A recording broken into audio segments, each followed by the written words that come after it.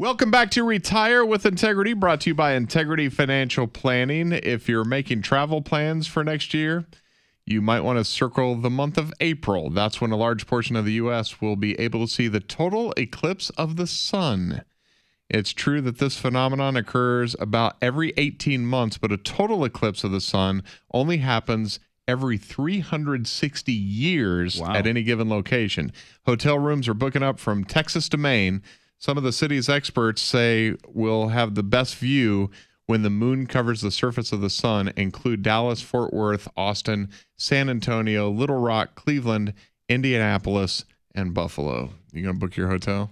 Well, actually, my sister lives in Little Rock. Maybe I can stay with her and save some money. There you go. You know? That'd be all right. Hey, sis, I want to come in. When is it again? Circle April, huh? Yep. Next April, 360 years. So how would they book a hotel? Do they know exactly when it's going to be, what day, what time? Maybe they just book the whole month of April. Maybe it's just a bunch of rich people. Yeah, you're just going to book all of April for the holiday. I'm sure you can go to the Farmer's Almanac. This is a dumb article. Where'd you go find this one? Sorry. I thought it was cool. So have you ever been to one of those stores that sell returned or discounted merchandise? It is a frenzied shopping experience. People actually tossing boxes into the air to get to the bottom of the bins. Some of those people have started cottage businesses reselling that merchandise. Amazon started the free return trend, and other retailers quickly followed. They always seem to be the ones to set the trend. Fortune reports that in 2022, returns cost retailers about $816 billion in lost sales. So for more and more businesses, no more free returns. That is a credible number. $816 billion.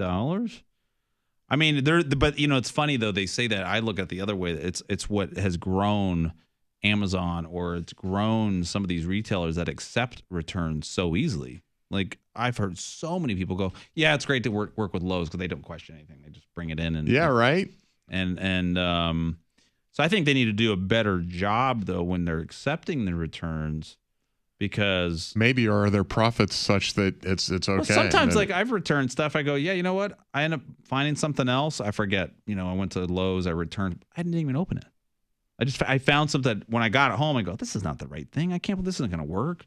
And so I returned the item.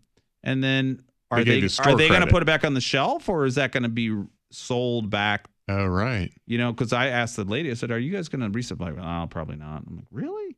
I didn't even open it. Because you're like, if you'll resell it at a discount, I'll take it. I mean, I don't even know if all the parts are there, but you guys sold it to me this way. Yeah. I never opened it. Yeah. And she's like, oh, yeah, they're probably going to, discount it, whatever. And I go, wow, I feel bad, but yeah, they've probably got it dialed in, man. They probably know exactly what their P&L sheet look like. Yeah. I mean, but here's the thing.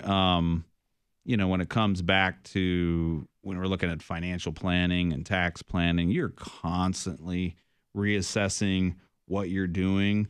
These business owners today, recession times are hitting hard, and they're going, we got to look at everything. We got to look at every area of our business to see if we can cut here or we can make more of a profit here, because the interest rate environment they can't just go borrow cheap money, right? Now everything costs more. Inflation costs more. Wages are increasing. The interest cost to just borrow money from the bank to float, because a lot of these businesses will float. They would buy the inventory on a credit line, right, and then pay it back off when they sell the product. Oh yeah, right. Well, a lot of people aren't doing that because it's so high, right? That it takes 60 days or 90 days to move product. So I think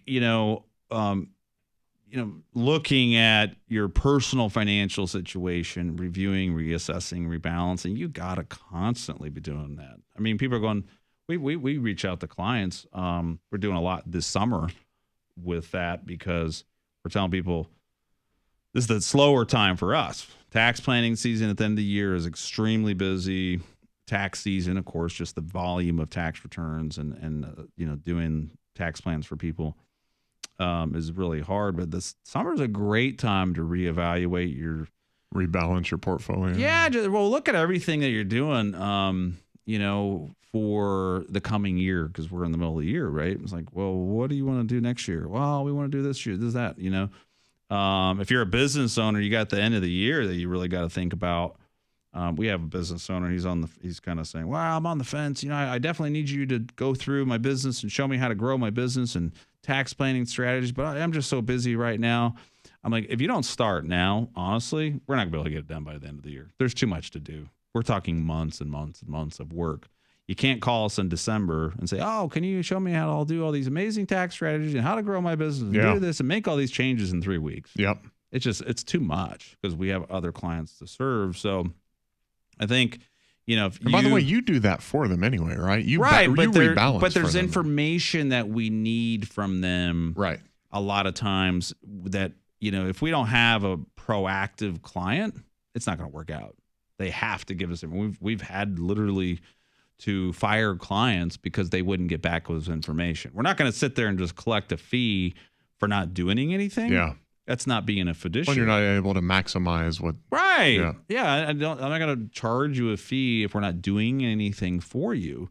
If you don't respond with, hey, we need this information to provide a tax plan. We had a client, he goes, yeah, I want to do all this stuff in my business. I want you to show me how to do the taxes, whatever, all this stuff. Charged him up front planning fee, went through the process.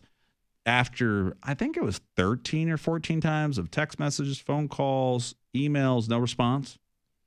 And it wasn't that he was unhappy. He just kept on saying, well, I'm busy. I'll get back with you. And we're like, look, this isn't a fit.